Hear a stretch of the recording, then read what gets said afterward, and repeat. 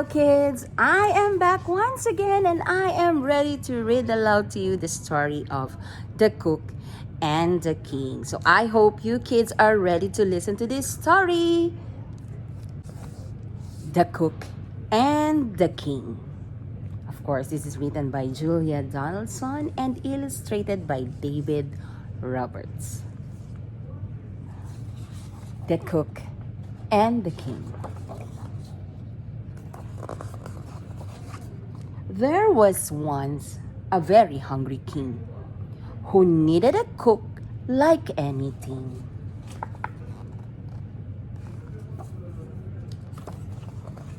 So he tried out lots and lots of cooks with their pots and their pans and their cookery books. One by one, they cooked for the king. They cook and they cook like anything. But nothing they cook was good enough. This egg is runny. This meat is tough. Too hot, too cold, too sour, too smelly. I don't want a sausage inside my jelly. This tastes all wrong, said the hungry king. And he frowned like anything. But then he spotted another cook with feet that shuffled and hands that shook. My name is Wobbly Bob. I'm a bit of a wimp, but I'd love the job. The king thought hard, then he scratched his head. I fancy some fish and chips. Yes, fish and chip is my favorite dish. But first you will need to catch a fish. Help, said the cook. I'm feeling scared. I'd love to fish if only I dared. But a shark might land in the fishing net, or I might get my nice apron wet. My knees are knocking, the cook declared. I'm scared, I'm terribly scared. I'll help you fish, said the hungry king. So he fished and he fished like anything. He caught some fish that were nice and big. Then he said to the cook, it's time to dig. Help, said the cook. I'm feeling scared. I'd love to dig if only I dared. But I'm scared of worms and I'm scared of ants. They might crawl into my nice new pants. My palms are sweating, the cook declared. I'm scared, I'm totally scared.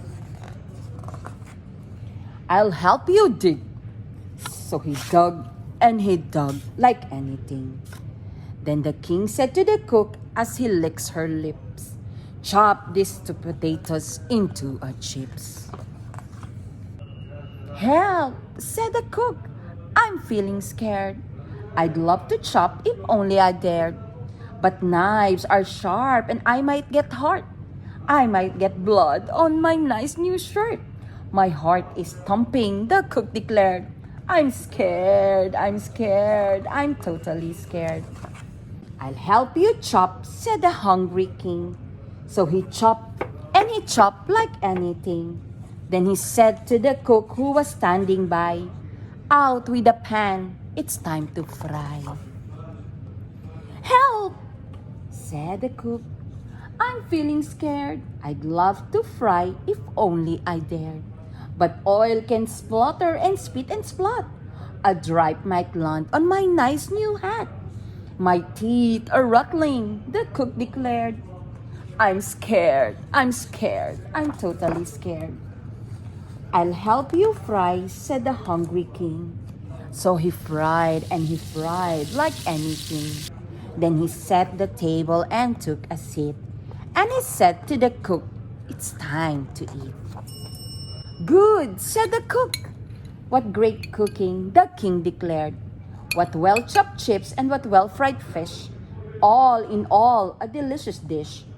It tastes just right, says the pull-up king. And he smiled like anything. Congratulations, Wobbly Bob.